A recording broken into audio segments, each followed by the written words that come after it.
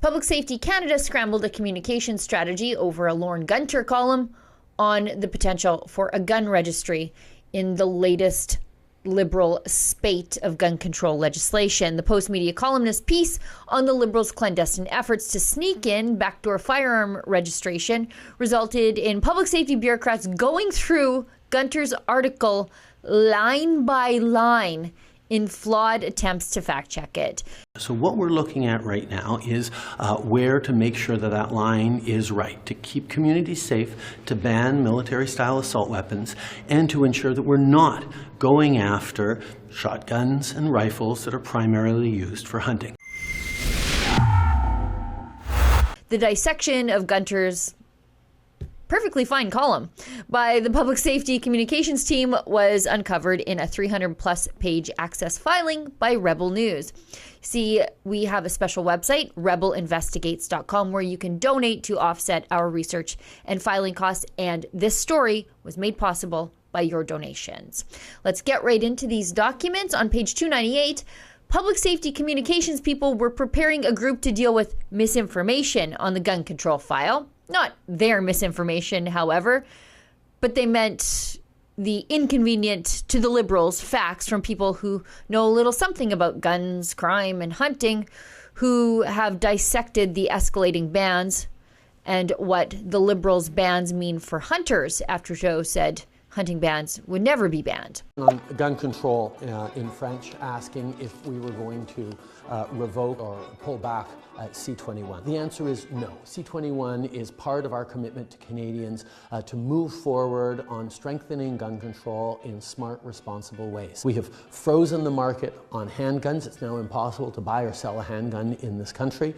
We've moved forward on a ban on assault-style weapons that's been in place for 2 years, and we're making sure with C-21 that assault weapons will never be legal again in this country. The issue that's come up for a lot of people, and I suspect Eric, who sent in the question, is that there's a lot of misinformation and disinformation from the Conservative Party and from the gun lobby about us going after hunting rifles and shotguns. The reality is we're focused on banning the most dangerous weapons, those assault-style weapons that were designed to kill the largest number of people as quickly and efficiently as possible. What you just saw there was the Liberal line until someone more intelligent than Justin Trudeau told him that the misinformation might be coming from inside the House. But let's get to the government fact-checking, a journalist who knows a little something about firearms laws, and the government still, of course, getting it wrong. How spooky and disorienting it must have been for the government to have a journalist working for a mainstream company that defied the party line.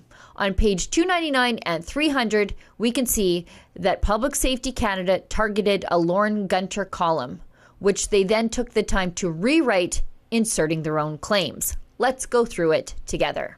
Column: the Liberals have sneakily brought back the gun registry. The long gun registry returns starting next week. Oh, I'm sure Trudeau Liberals will claim they're not reviving the convoluted, expensive, controversial, and useless registry. Oh, Lorne Gunter, you're a national treasure. Let's keep going. After all, they swore up and down before the 2015 election they would never reinstate the registry if elected. If you call any Liberal MP's office and ask about Registry 2.0, I'm confident you'll get some talking points answer along the lines: we're just asking anyone selling a gun in Canada to keep a record of who they sold it to. That information might be useful if the gun is ever used to commit a crime.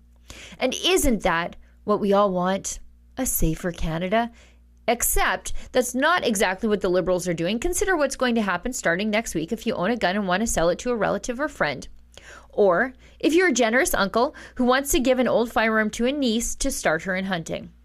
These are the hoops you'll have to jump through.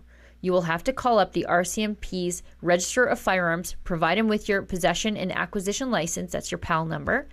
And now here is where the bureaucrats at Public Safety Canada decide that they know more about firearms than Lorne Gunter and show us all that they actually know very little about the process that gun owners previously went through and now, with the new changes, now go through to change ownership of firearms. And they really don't understand what is held within the data of your firearms license. So let's get into it. This article, the public safety bureaucrat writes, is unfortunately rife with errors, though I expect we'll get a lot of these in the next few days. Let's go back. This is now Lorne writing.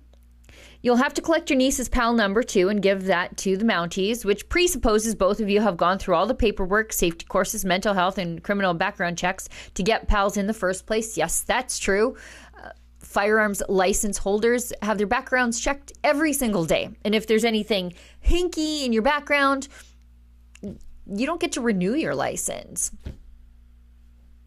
But that doesn't matter to the Liberals here. While you're at it, the registrar will also need both your addresses and phone numbers. Now, here's where the Liberals attempt to fact check and then fail miserably. They say, no, these don't appear on the license. Yes, they don't appear on the license, but they're intrinsically linked to your license. In fact, if you move, you have to tell the RCMP firearms people that you've moved so that they know where your guns are. So, nice try, government bureaucrats, but you failed miserably. And some personal identification number like a driver's license, social insurance number, or passport. The Liberals say definitely not. And of course, the Mounties will need the make, model, and type of firearm you're giving away, plus the serial number. Now, they claim that no firearms info will be kept, but that doesn't deny that they are collecting it. And then what are they going to do with that information after they have it? And then, and only then, the RCMP's registrar issues you a reference number that both you and your niece can enter on your PALs, after which you're free to give your niece the gun. Hope you didn't want it to be a surprise. Every detail above will be entered into the Mounties firearms computer. The Liberals dispute this. No, only the license number of the transferor and the transferee, whether the reference number was issued, and the date of issue will be retained. Maybe I'm just being paranoid, but that certainly sounds like a registry to me. What makes it sound even more like a registry is the fact that if you give the gun to your niece and she accepts it from you before every T is crossed, you could both be heavily fined or even go to jail. Now, this is where the registry is being taken out of the hands of the government and then foisted upon the gun store owners, and then the government can just come and gather that data from the gun store owners whenever they feel like. And Gunter points this out. Gun stores must also record all the personal details of everyone they sell a gun to, including their PALs, plus all the details of the guns, and they must keep the records for a minimum of 20 years. There's no Liberal fact check there, is there? Yes, that is indeed what gun stores have to do. Moreover, police or provincial firearms officers may demand retailers produce any or all records in their files at any time, and they don't need a warrant to do it. What's missing here? Well, a Liberal fact check, right? Because that is what the law permits. That also means they don't need a specific reason, like suspicion of a crime, to search a gun shop's records. Now, here's where the Liberals say, well, they kind of do need a reason, but they can probably just cook one up on the spot if they had to. You know, like charging protesters with mischief. No, the Liberal bureaucrats say. The RCMP needs a lawful purpose to request the information, i.e. an open investigation, no fishing expeditions.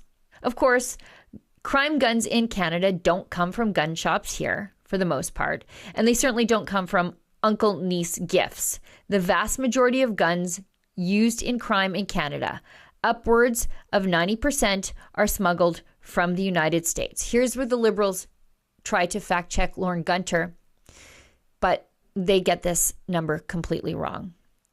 The Liberals say no, 58% of traced firearms were domestically sourced in 2020. But here's the thing, especially on that last claim. February 2022, 3 months before this May 2022 Lorne Gunter column, the Liberals knew better. Look at this. Testifying before the Commons Public Safety Committee on Tuesday, Toronto Police Deputy Chief Myron Demkew said that of the crime guns last year that investigators could trace, 86% were smuggled into Canada from the United States, a trend he said has been on the increase since 2019. Shootings and homicides continue to be a concern in Toronto. Just last year, we saw a 20% increase in the number of homicides. And of the 85 murders committed in 2021, 46 were shooting homicides. The traumatic impact of gun violence on communities is unacceptable. The number of firearms-related incidents far too high, and we are seeing emerging trends that are of concern. There were 408 shootings in our city last year, resulting in 209 victims. In 2021, 86% of crime handguns that could be sourced were from the United States. The percentage of criminal handguns that are sourced to the United States has continued to rise since 2019.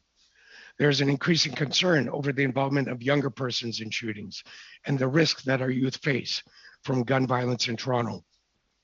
In 2021, the average age of persons involved in shootings, either as an accused, suspect, or person of interest, dropped from 25 years of age to 20 years of age. And an order paper response from the government reported on by yours truly shows the surge of guns into Canada. In 2021, 1 year post the Liberals' May 2020 order in council ban of 1,500 popular Canadian firearms, only 6 domestic firearms were seized by the CBSA. However, 1,107 foreign firearms were seized. The government doesn't even tell the truth when they're the ones accusing other people of getting it wrong. For Rebel News, I'm Sheila Gunn-Reid. To sign our petition calling on the Liberal government to quit scapegoating law-abiding Canadian gun owners and focus on the real criminals, please go to handsoffourguns.ca.